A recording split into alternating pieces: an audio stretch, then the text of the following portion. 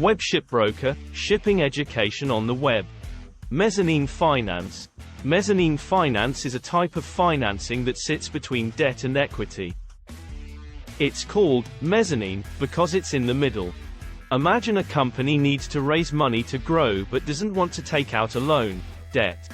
They also don't want to sell too many shares in their company, equity, because that would mean giving up control to the people who bought the shares. Mezzanine finance is a solution for this situation. The company takes on mezzanine financing by selling bonds, like debt, that can be converted into shares, like equity, later on. This means that if the company does well, the bondholders can convert their bonds into shares and share in the company's success. For example, a company named ABC might sell $1 million worth of mezzanine bonds at a 9% interest rate. If the company does well, the bondholders can convert their bonds into shares of the company and make a profit. Partly paid shares. Partly paid shares are a type of stock, a share of ownership in a company, that you only pay for partially when you buy them. Think about it like buying a car. You pay a down payment when you buy the car, and then make monthly payments until you've paid for the whole car. Partly paid shares work similarly. For example, a company named XYZ might sell partly paid shares where you only have to pay 30% of the total price when you buy the shares. You would then pay the remaining 70% later on. Cumulative preference shares. Cumulative preference shares are a type of stock that gives their owners the right to receive a fixed amount of money, dividend, before other types of stock owners receive any money. Picture a company that makes a profit. The company has to pay its employees and other bills first, but if there's money left over, they can choose to pay it out to the owners of the company, the shareholders.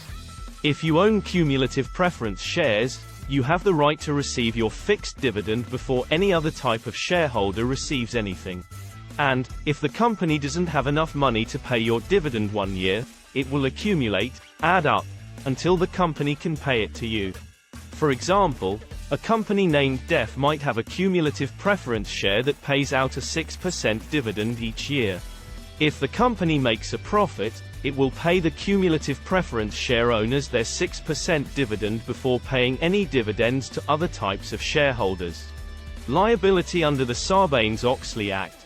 The Sarbanes-Oxley Act is a law that was passed to make sure that companies are being honest about their financial situation.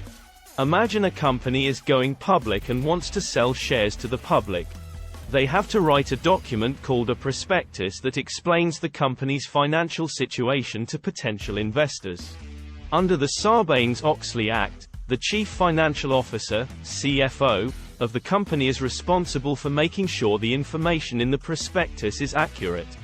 If the CFO writes something in the prospectus that's not true, they can be held responsible, liable. For example, if a ship-owning company named GE writes in their prospectus that they made a profit last year when they actually lost money, the CFO of GE could be held liable under the Sarbanes-Oxley Act. They could face penalties, such as fines or even jail time, if they are found to have knowingly provided false information. Private placements. Private placements are a way for companies to raise money by selling shares to a small group of investors, rather than to the general public. Think about it like having a bake sale to raise money for a school trip. You could sell cookies to your neighbors, or you could sell cookies to a few people you know, like your family and close friends. Private placements are similar. Companies sell shares of their company to a small group of investors they know, rather than to the general public. This can be faster and easier than going through the process of an initial public offering, IPO. For example, a company named JKL might sell $10 million worth of private placement shares to a small group of investors. The investors get a share of ownership in the company, and the company gets the money they need to grow. Gearing ratio. The gearing ratio is a way of measuring how much of a company is financed by debt. Picture a seesaw. On one side is debt, what the company owes. On the other side is equity, what the company is worth. The gearing ratio measures how much of the seesaw is on the debt side and how much is on the equity side. The gearing ratio is calculated by dividing the company's debt by its equity. The higher the gearing ratio, the more debt the company has compared to equity. For example, if a company named MNO has $5 million in debt and $10 million in equity, their gearing ratio is 0.5. This means that 50% of the company is financed by debt and 50% is financed by equity. This ratio is useful for investors and analysts to understand how much risk a company is taking on. If a company has a high gearing ratio, it means they have more debt than equity, which could make it more difficult for them to pay back their loans if something goes wrong. On the other hand, if a company has a low gearing ratio, it means they have more equity than debt, which provides a cushion in case of financial difficulties. It's important to note that a high gearing ratio does not necessarily mean a company is in trouble, but it does indicate that the company is taking on more risk. It's also important to look at the gearing ratio in the context of the industry and the company's specific circumstances.